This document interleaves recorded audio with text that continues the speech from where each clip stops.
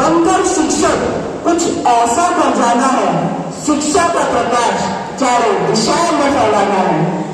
जागरूकता से जिनकी शिक्षा द्वार खोले, महान शख्सियत थी महात्मा ज्योतिबा फुले। विधवा पुनर्विवाह के लिए लड़ी लड़ाई, शिक्षा के हथियार से समाज में क्रांति लाई, शिक्षा के हथियार से समाज में क्रांति लाई। मैं समाज सुधारक सावित्री ज्योतिबा फुले को प्रणाम करते हुए उनके चरणों में कुछ शब्द अर्पण करना चाहता हूँ। 9 वर्ष की उम्र में शादी, 17 वर्ष की उम्र में पढ़ाना चालू किया, घर वालों ने निकाला, समाज ने गालियां दी, गोबर फेंका। ये कहानी है भारत देश की पहली महिला शिक्षक की, महिलाओं के लिए शिक्षा के द्वार खोलने वाली ज्योतिबा फुले की। सावित्रीबाई का जन्म आज से 192 साल पूर्व 3 जनवरी 1831 में महाराष्ट्र के सतारा जिले के नाय गांव में खांदोजी और लक्ष्मीबाई के घर में हुआ था। 9 वर्ष की उम्र में उनका विवाह ज्योतिराव फुले के साथ करा दिया गया था। पति जाति व्यवस्था के विरोधी थे, वे दिन भर काम करते थे और रात में सावित्रीबाई को पढ़ाया करते थे। समय का चक्र आगे बढ़ा, दोनों फुले दंपति ने मिलकर पुणे में सन 1848 में महिलाओं के लिए पहले विद्यालय की स्थापना करी। मात्र 17 साल की आयु में सावित्रीबाई भारत देश की पहली महिला शिक्षक बनी। लेकिन सब कुछ इतना आसान नहीं होता, खासकर तब जब आप बात कर रहे हो सन 1848 की और आप एक पिछड़ी जाति से ताल्लुक रखते हो। शुरुआत घर से ही होती है। लोगों ने ज्योतिराव के पिता गोविंद राव को इस तरह से भड़काया, बहकाया कि पिता ने भी ये कह दिया, या तो विद्यालय बंद करो या फिर मेरे घर से निकल जाओ। दोनों फुले दंपति ने घर छोड़ दिया। घर से निकले तो बाहर समाज तैयार खड़ा था। सावित्रीबाई जब विद्यालय में पढ़ाने जाया करती थी तब लोग उन्हें गंदी गालियां देकर परेशान करते थे, उन पर गोबर कीचड़ फेंका करते थे। सावित्रीबाई उनसे तंग आ गई थी। तब उनके पति ने उन्हें यह सुझाव दिया कि तुम ये 2 साड़ी लेके जाया करो, एक तुम पहनकर विद्यालय जाना और यदि कोई इसे गंदी कर दे तो विद्यालय पहुंचकर गंदी कर दी गई साड़ी को बदल देना।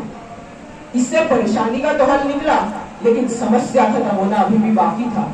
रिटायर्ड शिक्षाविद ललिता ठारा अपनी किताब में लिखती है, एक बार एक मोटा ताजा आदमी सावित्रीबाई के रास्ते में आकर खड़ा हो गया। उसने उन्हें धमकाया कि यदि तुमने महार और मांग जातियों को पढ़ाना नहीं छोड़ा तो तुम्हारे लिए मुश्किल हो जाएगी। भीड़ इकट्ठा हो गई। तब सावित्रीबाई ने उस मोटे ताजे आदमी को एक जोर का थप्पड़ जड़ा और वो वहां से भाग खड़ा हुआ। वे लिखती है कि इसके बाद किसी ने भी सावित्रीबाई का रास्ता रोकने की हिम्मत नहीं की। सन 1848 से 1852 के बीच में दोनों फुले दंपति ने भारत देश के विभिन्न स्थानों में महिलाओं के लिए 18 विद्यालय खोले। शिक्षा के अलावा भी बहुत सी कुरीतियां रोकने पर काम किया सावित्रीबाई फुले ने। उस समय में बहुत सी लड़कियां कम उम्र में ही विधवा हो जाया करती थी और विधवा गर्भवती महिलाओं के पास सिर्फ 2 रास्ते बचते थे, या तो आत्महत्या या फिर गर्भपात। इसीलिए सावित्रीबाई ने विधवा और गर्भवती महिलाओं के लिए एक देखभाल केंद्र खोला जिसका नाम था बाल हत्या प्रतिबंधक गृह। विधवाओं को गंजे करने की कुप्रथा को रोकने के लिए सावित्रीबाई ने नाइयों की हड़ताल कराई। सन 1890 उनके पति ज्योतिराव की दुखद मृत्यु के बाद सावित्रीबाई ने खुद उनकी चिता को अग्नि दी। वे अपनी अंतिम सांस तक महिलाओं के अधिकारों, छुआछूत, सती प्रथा, बाल विवाह, विधवा विवाह जैसे सामाजिक मुद्दों और कुरीतियों पर कार्य करते रही। सन 1896 भारत देश के अंदर प्लेग नाम की काली मौत फैली। उस समय सावित्रीबाई लोगों की मदद करने के लिए अस्पताल में सेवा किया करती थी। अपनी बाहों में 10 वर्षीय प्लेग पीड़ित बच्चे को ले जाते समय वे स्वयं इस महामारी का शिकार हो गए।